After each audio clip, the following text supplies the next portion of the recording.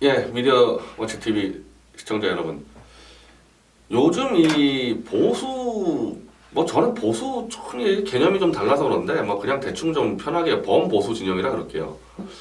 범보수 진영에서 그냥 입에 거의 보수 분열은 죽는다, 뭉치면 산다, 거의 입에 달고 다니는데, 우리 한번 냉정하게 따져 보시죠. 정말 분열 때문에 보수가 지금 망하고 있는지 한번 잘 생각을 해봅시다. 일단 지난 총선 얘기부터 할게요. 지난 총선 때 지금 우리 새누리당이 아니라 횃불당의 전신 새누리당이 122석이라는 의석수로 참패를 당했습니다. 큰 참패를 당했는데 그게 보수 분열 때문에 참패당했나요? 오히려 문재인 세력과 저는 안철수는 세력이 없다고 봅니다. 저는 안철수는 뭐 취급도 안 해요. 박지원 세력이 분열을 했죠. 그러면 야권에서요. 범친노 좌익 이 문재인 세력과 호남의 박지원 등등 세력이 분열을 했으면요. 야권은 완전 참패했어야 되죠. 이 작은 분열이 아닙니다. 거의 절반이 분열된 거예요. 근데 왜 반대로 그 당시 야권이 그렇게 통 크게 분열됐는데 새누리당이 참패를 합니까? 지금 이거를 빼놓고 이 사태를 얘기할 수가 없어요. 여기에 대해서 한 번씩 다 얘기해보라는 겁니다. 이 보수 분열 때문에 지금 망하고 있다고 하는 사람은. 그리고 그 당시에 제가 그때 어마어마하게 얘기를 했습니다. 이거는 김무성 세력과 갈라서지 않으면 이거 총선 참패다. 일찌감치 갈라섰어야 됐고 마지막에서라도 했었어야 되는데 저는 오히려 그걸 안 했기 때문에 참패했다고 보는 거예요. 그 당시 보수가 분열이 안 돼서 참패된 겁니다. 그때 한번 과정을 잘 돌이켜 보십시오. 하나하나가 바로 그 보수 분열 어쩌고저쩌고 그거 안 해보려다가 죽음의 길로 들어간 건데 공천심사위원회에 이한구라는 사람을 집어넣고 김무성 패하고 이른바 이한구 범친박 패하고 완전히 공천심사에서 사투가 벌어지는데 이렇게 했어야 되는 거죠. 지금까지 이른바 여권이든 야권이든 선거의 승리를 하는 경우는 물갈이로 승리를 됩니다. 물론 저는 이 물갈이를 또 좋아하는 사람은 아니에요. 물갈이 해봐야 더 한심한 자들이 지금 들어와서 국회가 이 횟수가 넘어가면 넘어갈수록 더 엉망이 되고 있기 때문에 저는 신선한 젊은 피 저런 그런 거 따지는 게 아닌데 어쨌든 그 당시에서의 이 선거라는 것은 이 김무성 패와 친박 패가 이게 완전히 그냥 이 기득권에 그냥 극을 달리는 세력이 부딪혀가지고 파열이 났어야 되는데 파열이 나지 않고 나눠먹기 해버렸단 말입니다. 이게 물갈이 정도가 아니라 아무것도 된 게 없었던 선거가 된 거죠. 이 라인업 자체가. 그러면서 나눠먹기 하는 과정에서 상징적인 인물도 몇 명을 쫓아낸다 그래가지고 유승민을 찍어놓지 않았습니까? 유승민 찍어놓고 그 당시 친박들 하는 짓을 보십시오. 누가 했는지 모르겠지만 어쨌든 그 결정권자는 이한구였으니까 전 누가 기획했는지 모르겠어요. 유승민을 그걸 내보내려고 하는데 그걸 질질 시간 끌어서 마지막에 이 후보 등록일까지 시간을 끌어가지고 유승민 스스로 나가라. 유승민 날 잘라줘라. 난 내 발로 안 나가겠다. 이러고 있는데 당의 중진이든 누구든 하나 안 나서가지고 그냥 유승민 질질질질 시간 끌다가 그때 저는 유승민 일찌감치 저는 유승민이 무슨 박 대통령을 배신하니 뭐니 그 전부터 무슨 이상한 포퓰리즘 경제관 들고 나올 때부터 저는 이 사람 이거 완전 기회주의자라고 보고 있었던 사람입니다. 경제에 대한 원칙이 하나도 없어요. 무슨 경제민주화법이니 뭐니 그거 엉망진창인 법입니다. 그거 세금 가지고 이익 집단한테 나눠주는 그런 로비스트법이랑 비슷한 건데 그런 수준의 사람이 무슨 개혁 보수 저는 그때부터 비판했던 사람입니다. 박 대통령한테 뒤에서 칼이 꽂고 전에 그런 저조차도 유승민한테 하는 행태가 하도 한심한 겁니다. 이 당시 친박 지도부가 그때 일단 다 돌아섰어요. 그 하는 짓 보고 무슨 저런 정당이 다 있냐. 당에서 예를 들면 좀 급 때는 그 당시 나 이름도 잘 기억 안 나는데 사무총장 정도가 유승민 만나러 가서 당신은 우리 지금 당하고 노선이 안 맞는다. 깔끔하게 나가서 당신 길을 가라 이렇게 예우를 갖춰서 내보내주는 방법이 하나 있었고, 그게 아니면은 경선을 붙여가지고 제대로 승부해서 떨어뜨리는 방법도 있었고, 그게 아니면 그냥 컷오프 시키는 방법도 있었고, 이 세 가지 방법이 있었는데 그걸 그냥 질질 끌어는 최악의 방법을 쓴 최악의 방법을. 그거 왜 그랬겠어요? 그거? 누구 하나 고양이 목에 방울 달기 싫으니까 에이 지가 나가겠지 이 짓을 하다가 어떻게 됐습니까? 김무성이 또 이 반격 타이밍을 봤죠. 갑자기 밀고 들어와가지고 나는 이제 유승민 뭐 살려주지 않으면 뭐 이재호 등등 살려주지 않으면은 도장 안 찍겠다 해가지고 도장을 들고 부산 해운대로 도망을 갔죠.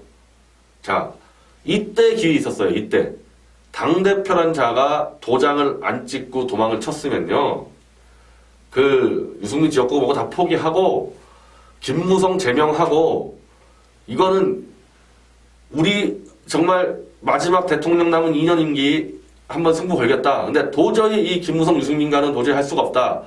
국민에게 무릎 꿇고 제명하고 승부 걸었어야죠.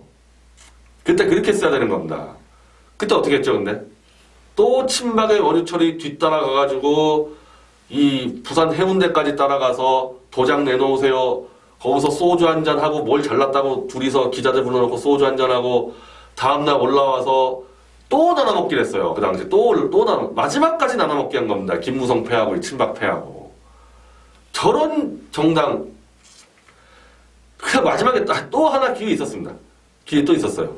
기회가 꽤 많았어요. 왜 기회가 많았냐? 야당이 분열됐기 때문에 웬만한 실수 안 하면 되는 거였거든요. 김무성 좋다. 너 부산 지역구만 있어. 너 올라오지 마 절대. 너 선대위원장 하지 마. 김무성 얼굴이 보이면 안 됐었던 겁니다. 그 당시 선거에서. 근데 김무성이 또 선대위원장에서 특히 서울 수도권 다니면서 후보들 얻고 다니고, 그러면은 그 친박의 행태도 열받고 김무성의 행태도 열받은 유권자 입장에서 일단 김무성이 얼굴에 보여요. 왜 찍으러 갑니까? 이거 찍으러 가면은 김무성이 또 대권 주자 가는 거 아니냐? 투표층이 안 나온 거예요, 안 나온 거. 야당은 오히려요, 분열되니까 좌파 쪽은 좌파대로 살리겠다고 튀어나왔고, 호남파들은 호남파대로 살리겠다 튀어나왔고, 전체가 다 튀어나와가지고 둘 다 승리한 거고, 이쪽은 안 나온 겁니다. 아예 안 나온 거예요. 저 투표 안 했습니다. 투표 안 했어요. 저만 투표 안 했겠습니까? 그리고 그걸 나중에 보니까 뭐 투표 안 한 사람들이 욕하는데, 저런 정당에다가는 투표 안 하는 게 맞는 거죠. 저거다 찍어주라고요? 저런 짓을 한 정당에다가. 자, 다시 돌아가면요, 야당이 분열됐대요. 박 대통령이 결단을 내리고 친박 친위대가 아니요, 개혁 친위대예요. 개혁 친위대. 지금 이제 다 드러났죠. 이 대한민국이 얼마나 엉망인지 탄핵 들어가면서 언론, 포탈, 검찰 다 엉망진창했던 거 다 드러나지 않았습니까? 그때 총선 전에 깃발 들고 소수의 30명이라도 하고, 지금 이제 이 새누당에 들어와 있는 사람들, 이 사람들이 같이 손잡고 개혁에 깃발 들고 돌파를 들어갔었어야 되는 겁니다. 그때 총선 때. 자, 어쨌든 못해가지고 122석이 됐습니다. 그리고 그 뒤에 한 8명인가 9명은 밖에 있었죠. 뭐 윤상현이나 뭐 유승민이나 이런 사람 무소속도 있지 않았습니까? 그때 또 한 번 분열했어야 되는 거야. 그때 마지막 기회였습니다. 그때 진짜 마지막 기회였어요. 근데 그걸 다시 유승민을 또 끌어들였죠. 그 어떤 꼴 났습니까? 탄핵 가결된 거 아닙니까? 탄핵 가결된 거. 그때 유승민 못 들어오게 막아놓고 다시 한 번 하자. 그렇게 했었으면요, 탄핵까지 못 갔을 수 있었겠죠. 탄핵까지. 그때 탄핵에서 또 걸리고요. 이게 지금 한두 번 실기가 아닙니다. 탄핵이 갈 때 한 번만 더 승부 걸었어야 됐어요. 마지막에. 뭐였냐? 기명투표. 탄핵을 할 때 기명투표로 승부를 걸어서 이 찬성하는 사람은 나가라. 나가. 찬성하는 사람은. 그때 그렇게 했었으면은 지금 현재 이 탄핵 쓰레기 바른정당에만 38명 있고, 지금 이 횃불당에 한 30명 남아있지 않습니까? 그러면 30명 이상 나갔으면은 저 바른정당이 70석 됐겠죠? 그게 뭐가 문제인가요? 지금 바른정당이 30석이든 70석이든 지지율이 2% 똑같을 겁니다. 그럼 어떤 차이가 있느냐? 이 횃불당이 아주 초강력한 탄핵 반대 정당이 됐겠죠. 탄핵 반대한 사람만 있었으면. 그랬으면요, 한번 우리가 상상을 해봅시다. 그래, 한 70명 정도 갔어, 김무성이랑. 쪽수는 줄어들어요, 지금 이 횃불당이. 그럼 지금 한 50석밖에 없어요. 그래도 그 50석이 탄핵 반대로 똘똘 뭉쳐 있었으면요. 1월부터 2월부터 우리 3월까지 투쟁할 때 그 당에다가 상임위 연결시켜서 PC 조작 진상위원회 만들고 고영태 음모 진상위원회 만들고 한번 50명이 똘똘 뭉쳐서 한번 했었으면은 탄핵 못 막았을까요? 헌재나 이런 부분에서 특검 수사 이런 거. 결국 탄핵 세력과 또 보수 분열 안 된다 그래가지고 뭉쳐있다가 임명진 데려왔다가 다 무너진 거 아닙니까? 지금 지난 총선 때부터 쭉 보십시오. 보수 분열하지 말자 그래서 다 사고가 터진 겁니다. 다 사고 터졌어요. 근데 이제 와서 또 보수 분열하지 말자 그래가지고 유승민과 단일화를 하고 홍준표와 우리 당을 단일화하고 이렇게 얘기하는 사람들 대부분 보수에서 완장 차고 다니는 사람들입니다. 저는 이 사람들이 착각을 하는 게 일반 국민들이 우리 당의 후보를 찍을 사람도 그렇고요. 홍준표를 찍을 사람도 그렇고요. 소수의 당에서 얻어먹는 브로커를 제외하고는 돈 받고 찍는 거 아니잖아요. 자기가 좋아서 나가서 찍는 겁니다. 그 휴일날에 내가 마음에 안 들어? 왜 찍으러 나갑니까? 놀러가지. 자, 조원진을 찍으려고 단단히 벼르고 있어. 횃불당 저거 이번에 심판하겠다. 도저히 안 되겠다. 그런 사람들이 있는데 갑자기 위에서 막 압력을 넣어서 조원진하고 뭐 홍준표가 단일화 돼가지고 조원진이 홍준표 지지한다? 조원진 지지하겠다는 사람이 홍준표 나가서 찍습니까? 그게 안 돼서 이미 총선 때 패배한 거 아닙니까? 그때 김무성 쳐버렸어야죠. 김무성 안 쳐버려가지고 김무성 보고 싶은 사람 다 투표하러 안 나간 거 아닙니까? 근데 거기다가 유승민까지 또 단일화 시켜요? 유승민까지? 그래 안철수를 밀어줘요? 저는 지금 이 보수 쪽의 완장파들이 국민을 개 돼지로 보고 있지 않고는 저런 발상을 못해요. 자기들끼리 위해서 해가지고 야 이번에 우리 안철수 찍자 그러면은 이 보수 국민들이 안철수 찍으러 가냔 말이죠. 그거 안 되지 않습니까 그거. 조갑제나 서경석이나 이런 사람 가지고 안 되는 것도 아니고 지난 총선 때 어쨌든 총선에서의 이 김무성이랑 같이 간 거를 용인한 건 박근혜 대통령이에요. 박 대통령이 결단 안 내리지 않았습니까? 이 갈라서는 거를. 그래도 안 찍으러 나갔는데 박 대통령이 용인한 그 어떻게 보면 단일화죠. 김무성 세력과. 지금 이 상태에서 무슨 보수 완장파리들이 뭘 단일화한자 그럴까요? 사상 최저의 투표율 나옵니다. 사상 최저의 투표율 그러다가. 우리가 두려워해야 될 거는 보수 분열이 아니에요. 보수층이 이 정치의 환멸을 느끼고 아예 투표장에 안 나오는 사태가 초래했을 때 그때 어떻게 될 겁니까? 그렇게 되면요. 제기도 못해요. 제기도. 분열 때문에 지는 게 아니라 보수층이 그냥 아예 안 나왔을 때는 그건 누가 다시 이 사람들을 투표장에 끌고 나올 수 있어요. 차라리요. 남재준 끝까지 가고 홍준표 끝까지 가고 유승민 끝까지 가고 각자 좋아하는 사람 다를 거 아니에요? 다 투표장에 나오는 게 낫습니다. 그런 식으로 해가지고 못 나오게 하는 것보다는 그렇게 해서 일단 투표장에 끌어내가지고 세를 더 키우는 게 낫지. 여기서 단일화 들어가면 이제 세가 3분의 1로 축소가 됩니다. 그리고 이런 건 있잖아요. 지금 안철수가 얘기하는 건데 야 꼴통 보수들 너희 나 지지하지 마. 너희가 지지하면 내 호남표 떨어져. 그 대신에 국민들이 알아서 날 지지할 거다. 이렇게 얘기하잖아요. 이게 얼마나 심각한 모욕입니까? 이 보수에 대해서. 저는 이번에 이 홍준표니 조원진 마찬가지인데 그냥 갑시다. 그냥 가서 알아서 세가 세던지 뭐 세가 세다 그러면 홍준표를 더 찍을 수 있겠죠. 아니면은 애초에 이건 게임이 안 되니까 차라리 미래를 보고 투자하자. 그러면 조원진 찍겠죠. 그러다가 갑자기 미래패가 더 많아지기 시작하면은 그냥 엎을 수가 있어요 홍준표를.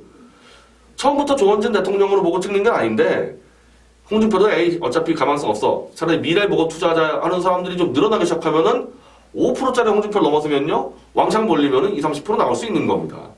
그런 식으로 가자는 거예요. 그런 식으로. 그래서 이 보수파리들 제가 지금 제안을 하고 싶은 거는 어설프게 단일화 자꾸 떠들지 말고 누구 지지하는지 확실히 밝혀라. 나는 남재준 지지한다. 나는 홍준표 지지한다. 나는 누구 지지한다. 그렇게 가라는 겁니다. 그 중간에서 가장 나쁜 사람들이 어설프게 단일화 떠드는 사람들이에요. 딴 사람들 선거운동도 못하게 막아. 이런 사람들 같은 경우는. 오늘도 지금 무슨 행사하는 것 같은데 그런 짓 하지 마세요. 그냥 누굴 지지한다 그러단 말이에요. 저는 오히려 사탕파리 오늘 보니까 방송 대놓고 홍준표 지지하는데 그게 낫습니다. 그게 나아요. 홍준표 깔끔하게 지지하고 쭉 가. 그대로. 그리고 나중에라도 무슨 또 단일화 위원회 하지 마십시오. 그거 그런다고 되는 게 아닙니다. 더 세게 해서 더 세게 남재준 밀어서 자연스럽게 남재준한테 표를 몰리게 하란 말입니다. 이게 이기기 위해서는. 그리고 우리도 한번 그렇게 가야지. 지금까지 박근혜 정권 들어와가지고 그걸 안 하고 저 당한 그렇게 했습니다. 지금 얼마나 행복해요. 저쪽은 1위 문재인, 2위 안철수. 이거 지금 뭡니까 여기? 3위도 심상정이에요. 아, 바로 밑에 심상정이 또 있습니다. 저렇게 됐지 않습니까? 얼마나 지금 좌파가 막강합니까? 흩어져가지고 또 뭉쳐서 또 여기서보다 더 줄어들면요 보수 완전 개멸입니다. 완전 개멸. 그래서 저는 우리 조원진 후보를 지지하지 않고 딴 사람 후보 지지하는 거는 비판 안 하겠습니다. 근데 어설프게 후보 단일화 해가지고 거기서 이 스탠스 좀 찾으려는 이 브로커들은 제가 용서할 수가 없습니다. 모든 보수를 다 망치는 거기 때문에 그렇습니다. 이 점 좀 이해해 주십시오. 네, 감사합니다.